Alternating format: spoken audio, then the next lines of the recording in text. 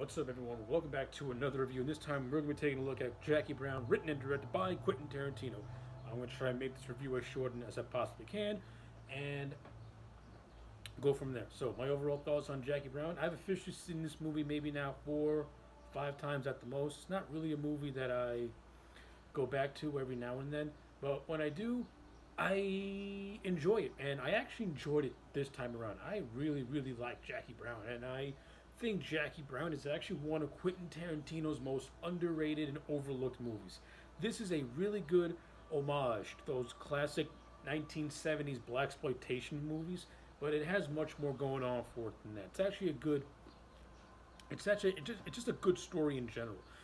Pam Grier plays Jackie Brown, who is this middle-aged flight attendant who's barely making ends meet, and she's doing business with this guy called Ordell Robbie, played by Samuel L. Jackson, pretty much smuggling money for him.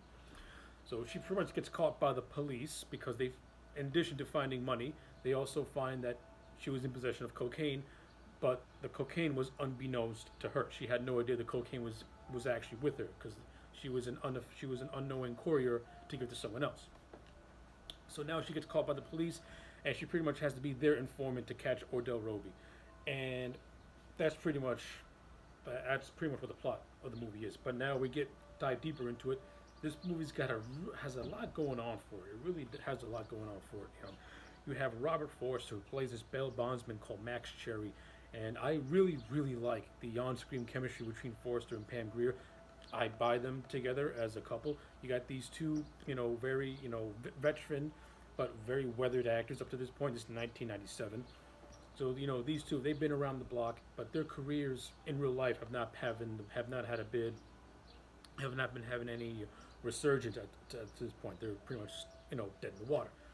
So I like how their characters pretty much a reflection of their real life. In real life they're weathered and they're forgotten about in a way, in a sense. And in this movie, they don't really mean much.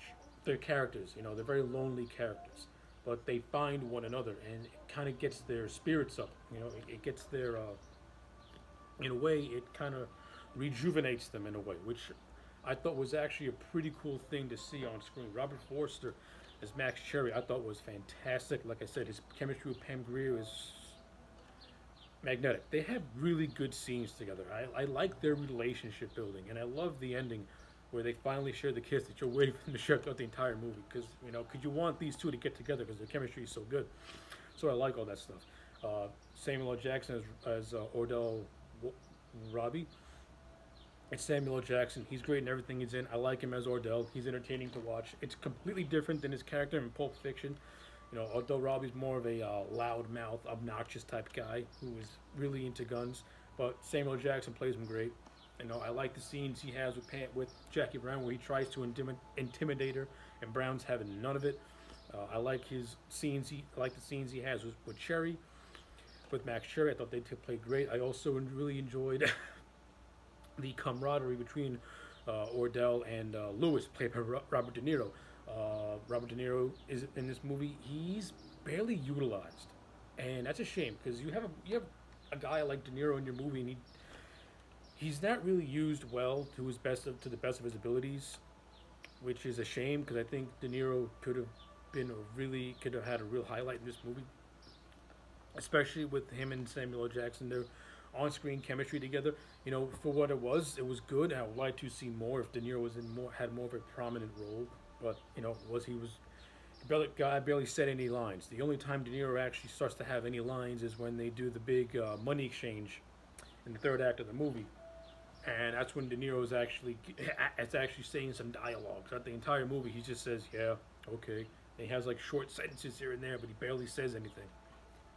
So yeah, I think De Niro is overall kind of wasted.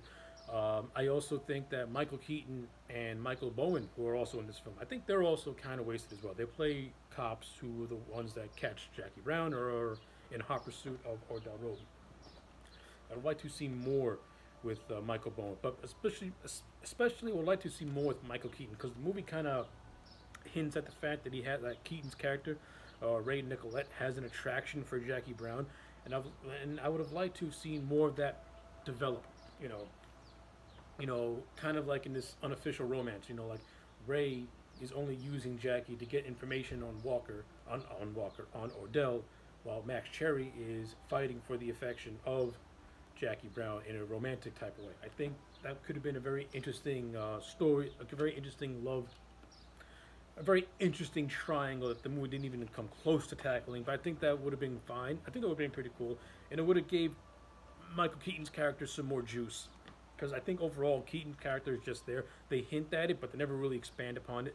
They make references here and there of them going out to dinner, and we see one scene with them going to dinner, but they're just talking about the case. I would have liked to see more of Ray using Jackie to get information while using his affection, his attractive affection for her as well. But whatever, it's here and it's neither here nor there. Bridget Fonda's in this movie. She plays Ordell's girlfriend, and she's fine. Nothing spectacular. Her character, she's just like a surfer girl who just gets stoned all the time. And by the end of the movie, she's dead. So there. Chris Tucker makes an appearance in this movie as Beaumont Livingston, and the one scene he had with Samuel Jackson is hilarious. I thought they were hilarious together. That stuff was great. I love the soundtrack to this movie. This movie's has a real soul funk soundtrack that again pays homage to the old blaxploitation films in the '70s, and I like the incorporation of a lot of the songs with specific scenes. I like how the Delphonic song "Didn't I Blow Your Mind" this time is pretty much the love theme between Max Cherry and Jackie Brown. So I thought that was really really cool.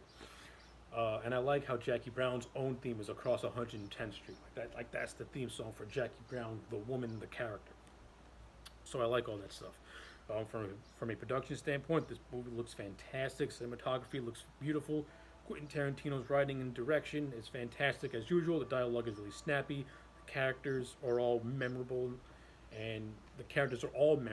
The scenes are tightly directed, especially the money exchange scene near the end and the third act of the movie, which is told from 3 different perspectives. I love that scene. It's very intense. It's visually stunning to look at. I love it all. So yeah, despite my criticisms in some areas, I overall really enjoyed Jackie Brown. I'm going to give it a solid 8 out of 10. I think this is one of Tarantino's most underrated and overlooked movies. Definitely deserves more recognition than it gets, because you got some good. This movie has a lot of good things in it. You got Pam Grier and Robert Forster, who are fantastic. Samuel Jackson's fantastic. Robert De Niro and Michael Keaton. Even though I feel that they're a little bit wasted in this movie, I still thoroughly enjoyed their performances as a whole, and I thought they did fantastic for what they were given. So yeah, 8 out of 10 for me for Jackie Brown. Well, if you guys have seen Jackie Brown, let me know in the comment sections down below. Did you like it? Did you hate it? I would like to know. Also, let me know what your favorite Quentin Tarantino movie is, also in the comment sections down below. Anyways, like this video and subscribe, and I'll check you back next time for more.